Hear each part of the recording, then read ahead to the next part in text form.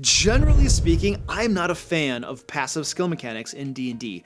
Passive perception, passive insight, passive investigation, passive whatever. And it seems like more and more passive skills are being added to character sheets every year. At first it was just passive perception, but now it appears that passive investigation and passive insight are staples on the character sheet as well. So there certainly seems to be a trend toward just using more passive skill checks and less players rolling dice. Now I do believe there is a time and a place for passive skill mechanics, and we'll go over that today. But I also generally believe rolling dice is better for several reasons. Why active skill checks are better. Number 1, passive perception trivializes the exploration pillar of D&D. Now we're gonna pick on passive perception specifically in this example, and for context, when I say exploration pillar, I'm not talking about traveling from point A to point B.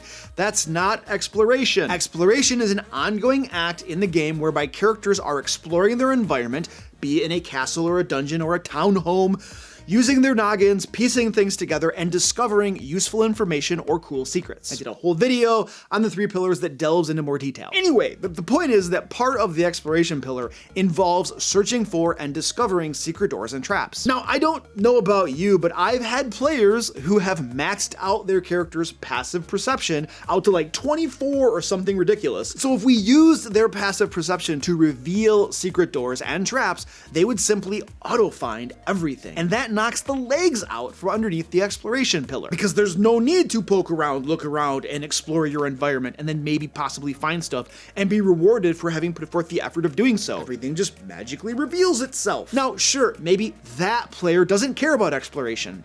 Maybe they think it's boring and would just want to auto-find everything. In fact, that may be exactly why they went to such lengths to max out their passive perception. However, that player isn't the only player playing the game. There are other players who enjoy exploration, and if one character is auto-detecting every secret in the game, those players will be cheated out of that game experience. So in my games, we always roll perception checks for finding secret doors and traps. This ensures that players can still enjoy exploration. And besides players having fun, let's not forget the Dungeon Master's fun. I didn't create secret doors and traps only to have them be auto-found by characters. Now sure, I'm not trying to create gotcha situations where I screw them over, but I do want them to actually have to play the game and interact with their environments to discover those game elements. What's the fun of a reward if you didn't have to do something to earn it? I'm pretty sure that we've discovered now as a society that participation trophies don't really work. We know they are shams, and they don't really give us enjoyment or pride in our accomplishments. Now, right about now, somebody is screaming at me and typing a furious comment along these lines. But Luke! The player created their character specifically to have a high passive perception, to allow them to automatically find secret stuff, and you are intentionally nerfing their build. You bad, horrible dungeon master, you. How many people are writing that comment right now? I know there are some of you. And this is exactly why I tell my players in advance how passive perception works in my game. And if I somehow forget to do this and a player gets screwed, I would let them do some tweaking to their character. My goal is not to ruin anyone's game or nerf their character.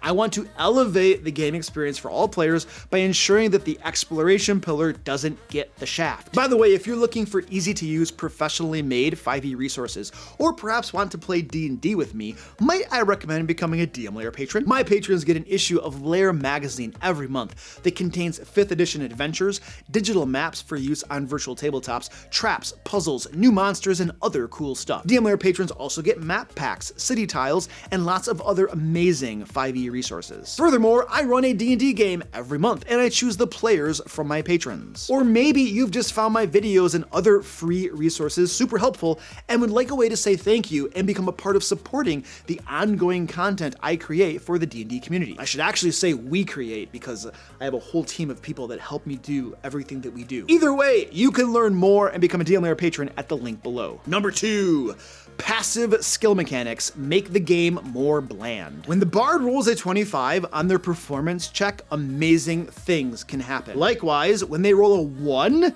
you can get some hilarious roleplay results, and amazing things can also happen. Great successes and great failures are the things that make D&D and other role-playing games so much fun and cause such amazing stories to result. If we remove the possibility of great successes and great failures by making everything a passive check, the game gets dull. But Luke, someone might object, there's nothing interesting about searching for a secret door or trap. I beg to differ. I've had players roll low on their perception to spot a trap, shrug, and keep going, only to set off the trap and get nailed by it. And then all the other players laugh, including me, poke fun at him, and during the rest of the game, no one trusts him for anything and double checks everything. Or the barbarian who rolls a 1 is convinced there is a secret door on the wall and refuses to move on, even when other characters roll well and say there is no secret door. So then you have the barbarian, convinced he's right, smash down the wall to prove his point.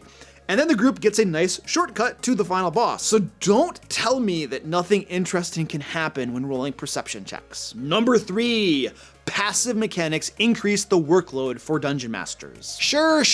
You can create a cheat sheet with the passive checks for all your players and have it in front of you. But then you need to constantly be checking on it, and sometimes you'll forget. Then the players will feel stilted and want you to retcon it. Now, someone is sure to get grumpy and be like, oh, come on, Luke, it's not that hard, suck it up. Be the dungeon master, be all that you can be, or whatever. But dude, seriously, I've got a lot of things going on as a dungeon master, lots of things I'm juggling during any given game, and every single additional thing is that much more cognitive load on me, meaning that I'm doing all those other things, which are arguably way more important, a little bit less well, causing the game to suffer just a bit more. So, if I can make my life easier with a simple rule like, if your character is going to attempt something, tell me, and we'll have them roll for it. I'm gonna do it. By the way, if you think this video is okay-ish and doesn't completely suck, please give me a thumbs up and leave an encouraging comment down below.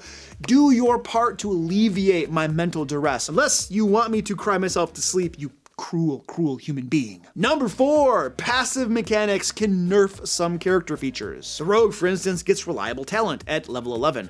This allows them to treat rolls of 9 or lower as 10 for any skills they are proficient in. So the more we trend toward allowing all characters to use passive mechanics, which is in essence taking 10, the more we invalidate some characters' special abilities. Sure, this isn't a super prevalent thing in the game, but it's still a thing. The desire to use passive mechanics. Okay, now let's discuss some of the classic objections to rolling dice and the desire to instead use passive mechanics. Number 1, passive mechanics save time. I see this one a lot. The argument goes something like this. Instead of having the character roll the skill check, you can save time in the game by having the dungeon master compare their passive mechanic to the DC. Okay, let's think about this. How long does it take a player to roll a die and add a number to it? 5 seconds maybe? And for the sake of this exercise, let's consider players who spend 5 minutes doing simple math and outlier, shall we? Okay then, so how long does it take for the dungeon master to look at the cheat sheet for that character's passive mechanic for that ability score and then compare it to the DC? 5 seconds maybe? See what I'm getting at?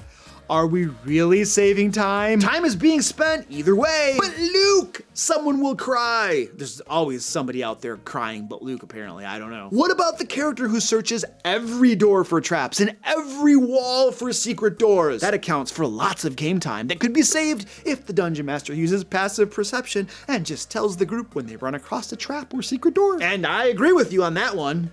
I have been in games where DMs have forced us to declare a search for every 5-foot square of a dungeon, and it was miserable. I think the trick here is balance. If you swing the pendulum either way too far, someone gets bonked in the head. But there is a happy path somewhere that groups can find. I also must say that saving time for the sake of saving time is not always a good thing. I could save lots of time in my life by not taking showers, or not talking to my wife, or not feeding my cats, or not playing D&D. But I think we'd all agree that I'd be missing out on some really cool stuff, and I'd be bringing on some pretty bad consequences. But Luke, there are some people who don't take showers. Yeah, let's consider that an outlier, shall we? Please. Anyway, it's the same way in D&D. You can save time by using more passive mechanics, but that doesn't necessarily make the game better. If saving time equates to a better game, then we can have the very best games of our lives by not even showing up to D&D night and spending 0 time. I've also heard the phrase, "Don't waste time by rolling dice." And it's said as though players don't like rolling dice. I don't know about your players, but I'd rather suspect my players like rolling dice. In fact, my players have some respectable dice collections going on. Dice collections that border on serious addictions. I really doubt they'd assemble such quantities of dice if they didn't like rolling them. So that's rather another point in favor of rolling dice and using passive mechanics sparingly. Number 2, passive mechanics represent a character's basic skill at something. The reason goes something like this. As a bard, I'm really good at playing the lute. I can play basic music with no issues, so I should just be able to use my passive performance for checks. This argument is saying that being proficient at something means you should be able to take 10 on the die roll. And I think that that is a dead wrong way of looking at it. Being proficient at something, in fact, means that you add your proficiency modifier to the die roll. You see, there is already a game mechanic that accounts for proficiency. It's called the proficiency modifier, which is a bonus you get on your die rolls for being proficient. And in a game like D&D 5th edition that has bounded accuracy, a +2, +3, +4, +5 is a big deal. Allowing the bard then to also take 10 on the roll is going above and beyond. Besides which, the die roll isn't intended to account for the bard's skill at playing the lute. It's intended to account for variables and random chance. You see, the proficiency modifier represents your skill at playing the lute. The die roll represents random chance and other variables. Sometimes the bard breaks a string and the barkeep kicks him out. Sometimes the bard really nails it and the audience goes nuts. So I really think that the argument of using passive mechanics to represent a character's basic skill at something indicates a lack of understanding of basic game mechanics. When to use passive mechanics? Okay, so if I dislike passive skill checks so much, is there a time that they should be used? Yeah. Number 1, to prevent metagaming. Whenever something is going on behind the scenes that you don't want the players to be alerted to, you use passive mechanics. The most common case of this is when enemies are sneaking up on the characters, trying to remain hidden and quiet. If in that moment I ask my players to all roll perception checks, I've just alerted them that there is something to be perceived. Even if they all fail the check, the players will know they missed something. Now, yeah, good players will avoid metagaming, but they know something is up. At any rate, when the bugbears drop from the ceiling on top of them, the players aren't really surprised, and that dramatic moment is cheapened because I tipped my hand by asking for a perception check. So in the case of enemies stealthing, I always use characters' passive perception. Now this doesn't just have to apply to perception, of course. You could use this with insight and other skills. But Luke, someone will say, I swear we have a lot of these people out there. If I have my player roll a perception check when searching for a secret door or trap, and they roll a 1, they and other players might metagame. So we're right back where we began. Yeah, I've been there. In fact, in one of my very first D&D games, a player rolled super low to search for secret doors and concluded that there wasn't a secret door there. Then, wouldn't you know it, like 2 seconds later, another player was like, I want to search for secret doors there too. And we all knew the reason. The only reason they did that was because the first character rolled low. So yeah, there was clearly a metagaming. The question here really is, what's the lesser of two evils? Do I decapitate the exploration pillar, or do I allow the opportunity for metagaming? In my case, I've decided that a little metagaming is better than obliterating the exploration pillar. Number 2, to gauge average character abilities during game design. When you're designing an adventure or trap or skill challenge, it's often useful to know what the character's average skill at X, Y, or Z is. This allows you to design meaningful challenges for the group that are neither too easy nor too hard. For instance, if I'm making a level 3 adventure and I have a DC 25 Thieves tool check to pick a lock, that lock's not gonna get picked. It's pretty much impossible. So I probably want to make it something more reasonable, unless my point is precisely that, to make it impossible. Transition to a level 18 group and a DC 25 Thieves tools check is suddenly not that unreasonable. In fact, if they have a rogue or anyone else with high dexterity who's also proficient in Thieves tools, they will most likely make that ability check. Click on the screen now to learn about my newly released Insanity system, or to become a DM Lair patron and get an issue of Lair magazine every month and play D&D with me. And until next time, a package of bacon a day keeps the doctor away. That's not true, guys. Yeah.